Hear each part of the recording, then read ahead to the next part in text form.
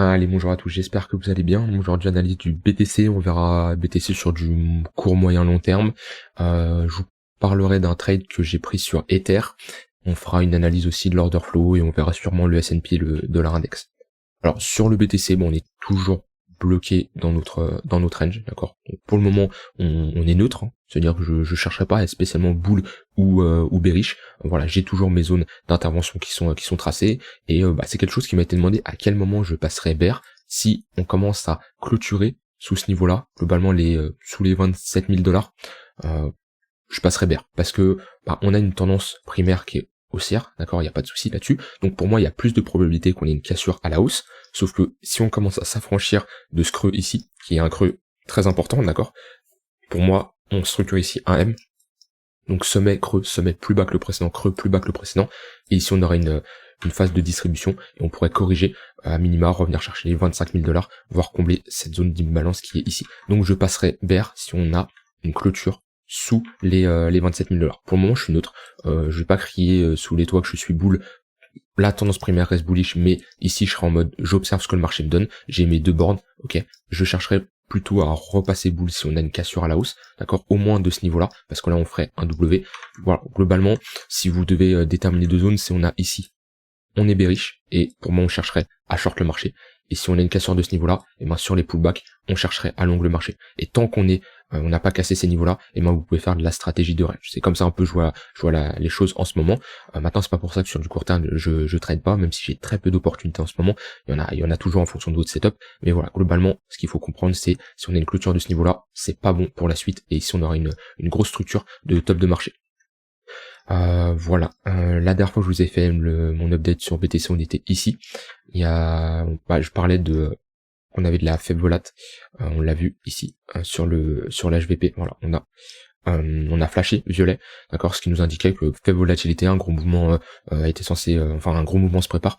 On est venu prendre la liquidité de ce niveau-là. On a fait une fake cassure et on a réintégré et on a corrigé. Voilà, on a fait notre best. Donc là, il y a beaucoup d'acheteurs qui sont piégés. Hein. Soit ceux, ils ont pris leur stop loss, d'accord, ou soit ils sont piégés actuellement. Donc techniquement, c'est ceux qui sont bear, hein, on n'a aucune raison de revenir chercher ce niveau-là, puisque ça serait une opportunité pour pas mal d'acheteurs. Donc dites-vous que là, il y a des acheteurs qui ont la tête sous l'eau, soit ils ont déjà clôturé, soit retenez que ici, on a piégé énormément de gens sur cette cassure-là. Sur du plus court terme, on est revenu du coup chercher notre haut de range. Okay. On a rapidement structuré un W. Voilà, on le voit, on a une magnifique structure avec une divergence haussière. Là, il y avait un setup qui pouvait s'enclencher à la clôture la clôture à la cassure. Bon, après, compliqué de se positionner sachant qu'on fait pas de pullback, donc selon moi ça reste compliqué, mais on avait des conditions, on est sur une zone de support, on est sur un bad range, on a une divergence haussière, ici il y avait des conditions pour se placer.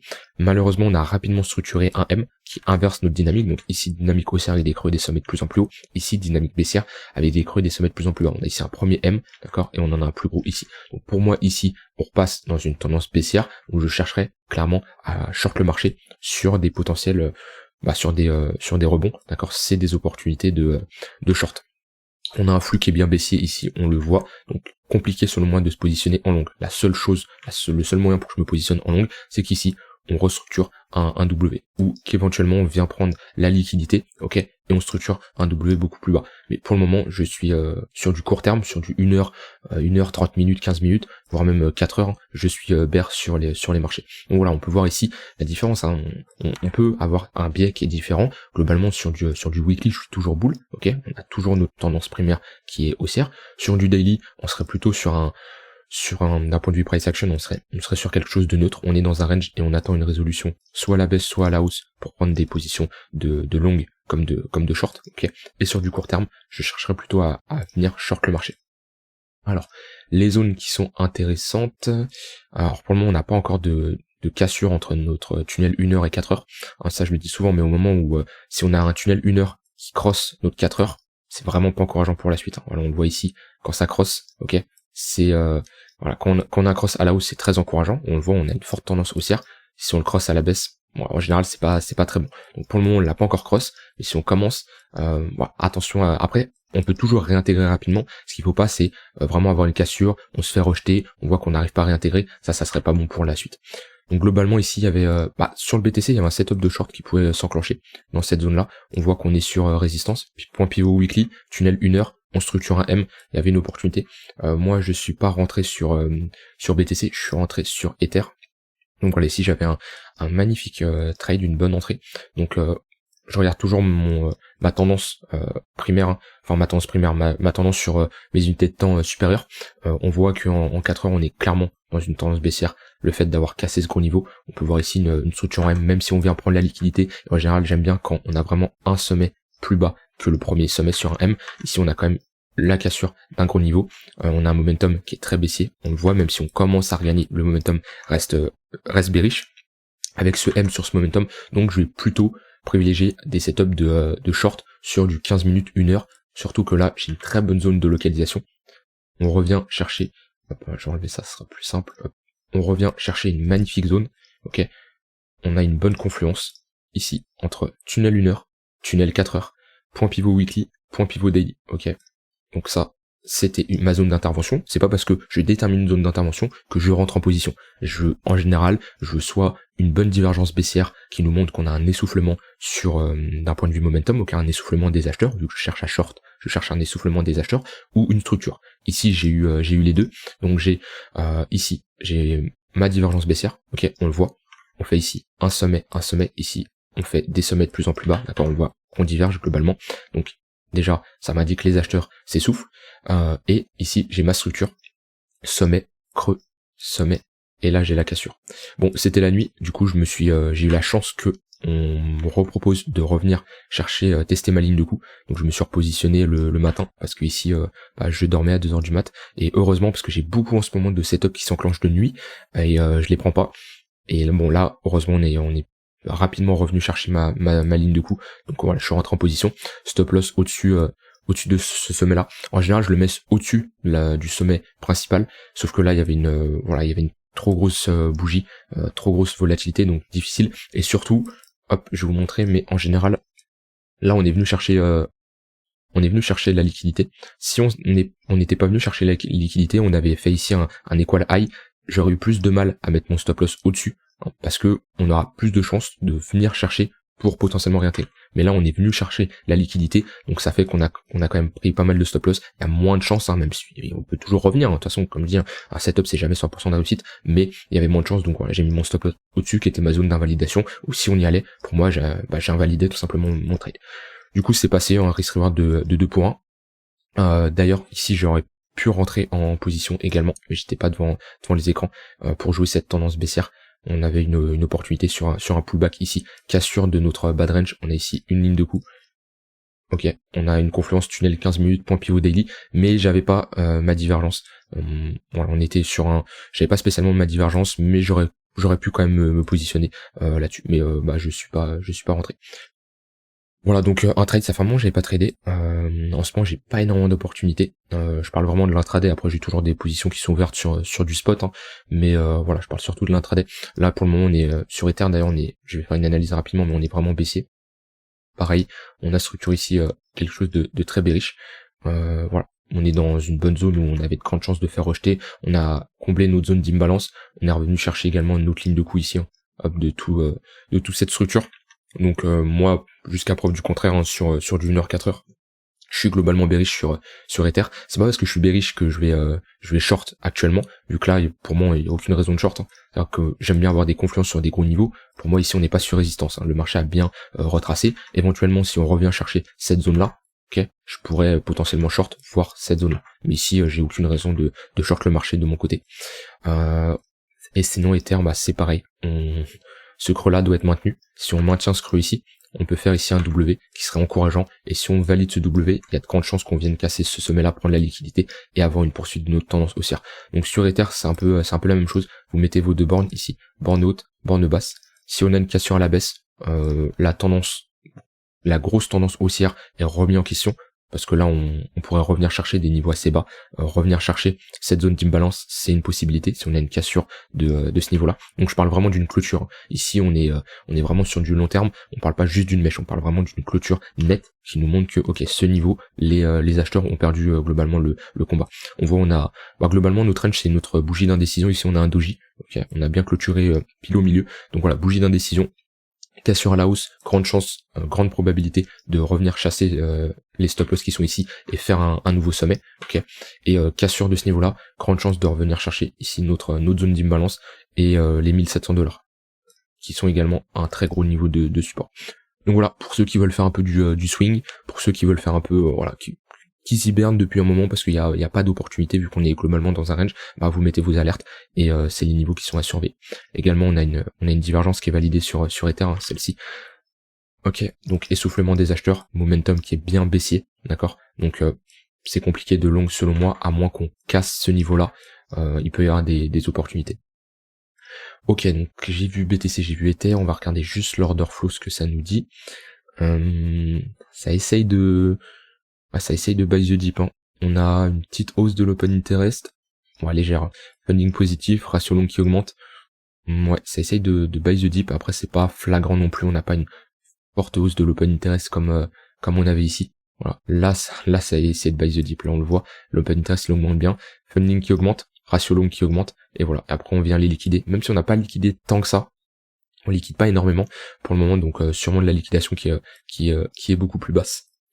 Mais voilà, d'un point de vue CVD, il n'y a pas grand chose à ajouter. Non.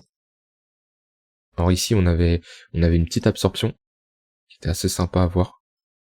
Donc on le voit sur le CVD, on fait ici un sommet légèrement plus haut que celui-ci, alors que sur le court on fait un sommet plus bas. Alors là on parle pas de divergence, on parle d'absorption. C'est tout simplement des acheteurs agressifs. Ici on a eu énormément d'acheteurs agressifs, le fait de faire un plus haut sur le CVD, c'est-à-dire qu'on a énormément d'acheteurs agressifs, donc des ordres au marché, hein, qui sont exécutés directement.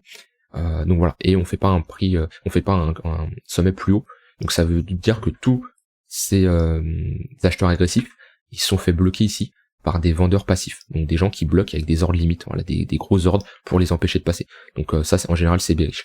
Comme on avait également ici on a que je regarde, on a peut-être une absorption aussi ici. Alors ici c'est peut-être une absorption boule.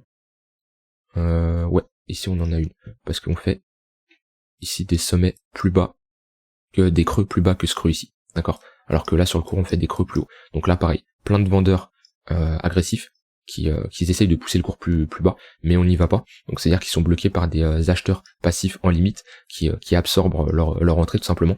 Et pareil, c'est bullish. Voilà, donc ça c'est ce que je voulais dire. Je vais juste regarder le dollar, qu'est-ce qu'il nous fait. Alors, on est vraiment dans un scénario où, globalement, alors on est dans nos tunnels 3 jours, donc ça c'est un gros niveau. Voilà. Ça serait bien pour nous qui casse, parce qu'en général quand le dollar surperforme, donc on a un dollar qui est haussier, le marché crypto et le marché traditionnel en général corrige, voire chute fortement, et à l'inverse quand on a un dollar qui baisse, on a le marché en général qui en profite. On le voit, hein, on a un marché crypto qui est bien bullish depuis début 2023, voilà, ça fait quand même un moment, ça fait début 2023 si je dis pas de bêtises. Ouais. Et c'est un peu depuis cette période-là que le dollar corrige. Bon, ça fait aussi un moment, hein, que depuis le 10 octobre 2022, globalement, on est dans une tendance baissière. Et ça, c'est encourageant parce que pendant tout le bear market, on voit bien que le dollar a très très bien surperformé. Actuellement, on est sur également, c'est une grosse zone intéressante. On est bloqué entre deux bornes. Ok, on est bloqué entre deux bornes. Ça serait bien d'avoir une cassure à la baisse du dollar. Là on est entre deux bornes, on est dans un range, on a pris la liquidité au nord, et c'est encourageant de prendre la liquidité, de réintégrer et de clôturer dans le rouge comme ça, il y a de grandes chances de bien reprendre la liquidité au sud maintenant. Et ça serait bien de casser ce niveau-là, parce que si on le casse pas et qu'on le valide, on valide ici un W qui a de grandes chances de nous faire revenir dans notre zone de rechargement, ok, à voir comment le marché se comporte ici, mais si c'est boule, on pourrait structurer ici une plus grosse structure. Et là, si on fait un W weekly, ici, dans une tendance qui est haussière, c'est pour faire un nouvel ATH, un nouveau sommet, pardon, et d'avoir une continuation haussière. Et là, ça serait vraiment moche pour les cryptos. Par contre, si on a une cassure de ce niveau-là, qui est également un très gros niveau, là on a globalement un très gros support. Si on a une cassure, les prochains niveaux sont donc globalement notre zone de rechargement. On a grande chance de revenir chercher cette zone ici. Mais pour le marché crypto, on aimerait avoir une cassure à la baisse. Donc vous pouvez aussi avoir votre allocation sur le marché des crypto-monnaies. Voilà, si vous êtes plus en cash en ce moment ou si vous êtes plus en crypto, voilà, ça regarde que vous. Mais si on a une cassure à la baisse, et ben vous pouvez vous permettre de rentrer peut-être un peu plus sur les marchés. Si on a une cassure à la hausse, de alléger vos positions parce qu'on a des probabilités d'avoir une baisse sur les marchés des cryptos si on a un dollar qui augmente. Sur le S&P, ça change pas, on est toujours bloqué dans notre range, on bouge très peu là depuis un moment. On bouge très peu. Donc voilà, on est toujours entre deux bornes. Si on a alors là, moi je chercherais à short. Je trade pas le marché traditionnel, hein, mais pour ceux qui trade, là personnellement je chercherais à short le marché. Hein. On est sur résistance, bien que la tendance reste en daily, reste potentiellement haussière. Il y a des opportunités de short. Ouais, on a une petite divergence ici sur les MACD. Petite divergence, on se fait rejeter. J'aimerais bien juste qu'on structure ici quelque chose de bearish comme ça, un M, voilà, comme on a fait ici. On est sur résistance, on structure un M comme ça, casse sur ligne de coup, il y a une opportunité de se positionner. Voilà, pareil, si on fait quelque chose comme ça, il y a des opportunités, surtout on a pas mal de liquidités ici, potentiellement à venir chercher. Alors c'est pas pour ça, quand je dis il y a de la liquidité, c'est pas pour ça qu'on va aller chercher, mais si on structure ici une structure bearish, vous pouvez targeter ces niveaux-là, comme TP par exemple, c'est une possibilité. Donc là personnellement je chercherais à short le marché si on a une structure bearish, si bien sûr on a une structure bearish, c'est important, parce que pour le moment on est dans une dynamique haussière, là on a un W, ok, on a un petit W ici, on casse quand même un creux important. Ici on est dans une zone où on peut se faire rejeter, mais j'attendrai une structure bearish. Par contre, si on pose pas notre structure bearish, on casse ce niveau-là, et je veux surtout ici une clôture en weekly, on a ici une très grosse structure, et il y a de grandes chances de revenir chercher ces sommets-là, hein, parce que là, si on a vraiment une cassure des 4200, c'est les acheteurs ont remporté la bataille de ce range-là. On a ici des creux majeurs qui auront été défendus, on a ici une grosse structure, et ça c'est vraiment le bottom, le genre de bottom qui peut nous faire un nouvel ATH.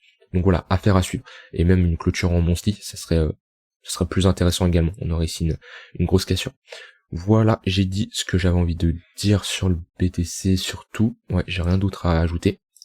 Donc voilà, pour ceux qui veulent pas se prendre la tête, hein, en ce moment on est dans une phase du marché où il n'y a pas grand chose à faire selon moi. Il y a toujours des opportunités en fonction de si vous êtes un day trader ou autre, hein, mais mettez des alertes.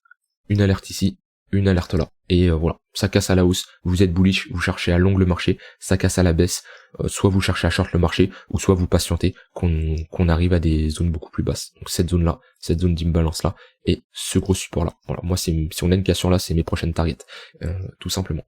Voilà, je vous souhaite une très bonne fin de journée, et on se retrouve demain pour une prochaine vidéo. Bye bye.